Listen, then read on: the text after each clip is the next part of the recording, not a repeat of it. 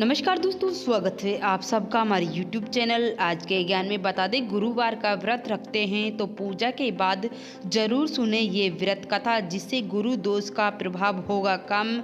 गुरुवार के दिन भगवान विष्णु को समर्पित है और इस दिन गुरु बृहस्पति का भी विधि विधान से पूजन किया जाता है, क्योंकि देव गुरु को प्रसन्न करने से कुंडली में गुरु की स्थिति मौजूद होती है और इससे जीवन में सफलता मिलती है। यदि आप गुरु कमजोर दिशा में है तो असफलताओं के सामना करना पड़ेगा। इसलिए गुरुवार के दिन भगवान विष्णु और गुरु बृहस्पति का पूजन अवश्य करना चाहिए। देव गुरु बृहस्पति को प्रसन्न करने के लिए गुरुवार के दिन व्रत रखें और इससे व्रत को बहुत फलदायक माना जाता है। इस दिन पूजा के बाद बृहस्पति की व्रत कथा अवश्य सुने।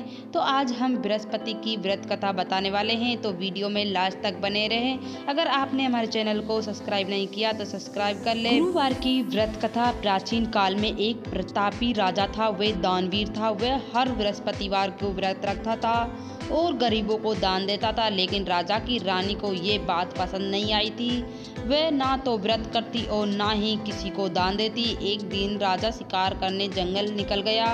रानी अपनी दासी के साथ घर पर थी। उस समय गुरु बृहस्पतिवार देव साधु के रूप में धारण कर राजा के दरबार पर भिक्षा मांगने आया, लेकिन रानी ने साधु को भिक्षा देने की वजह टाल दी। साधु ने दोबारा भिक्षा मांगी। रानी ने फिर काम बताकर कहा कि कुछ देर बाद आना। साधु ने कुछ देर बाद फिर भिक्षा मांगने लगा। इस बार रानी नाराज हो गई और कहा कि मैं दान और पुण्य से तंग आ गई हूँ। आप कोई ऐसा उपाय बताइए जिससे मुझे इस कष्ट से मुक्ति मिल सकती है। बृहस्पति देव ने कहा, अगर तुम ऐसा ही चाहती हो तो मैं जैसा बताता हूँ वह तुम वैसा ही करना। गुरुवार के दिन तुम घर को गोबर से लीपना, अपने केसों को पीले मिट्टी से धोना, केसों को धोते समय स्नान करना, राजा से हजरत बनाने का कहना, भोजन में मांस मदिरा खाना, कपड़ा साबुन के साथ धोना। इस प्रकार 7 बृहस्पतिवार करने से तुम्हारी समस्त धन नष्ट हो जाएगा। इसे कहकर साधु रूपी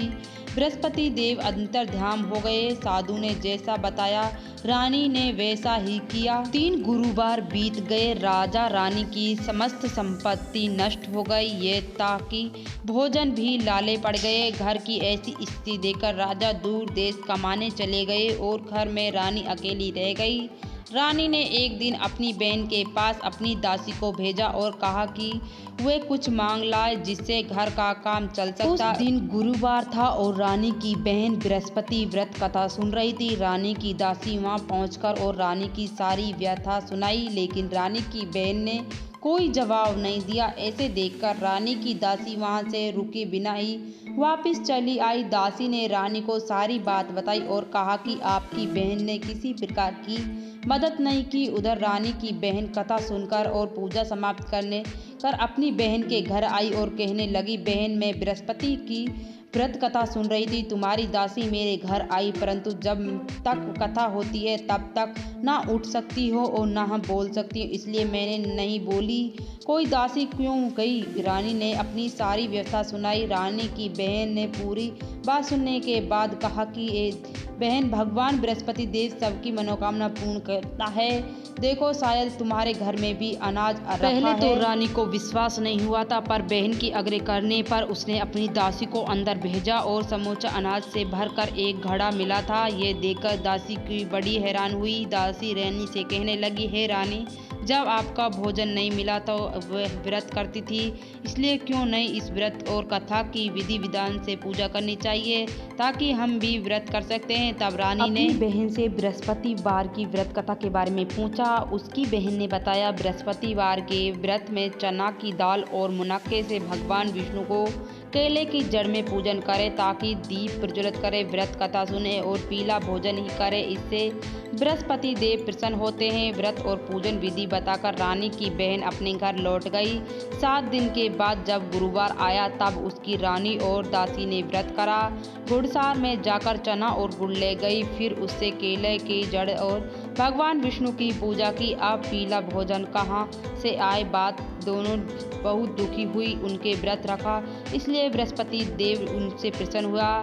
इसलिए वे एक साधारण व्यक्ति के रूप में धारण कर 2 थालियों में सुंदर पीला भोजन दासी को दे गया। भोजन पकाकर दासी प्रसन्न हो गई, फिर रानी के साथ मिलकर भोजन ग्रहण किया।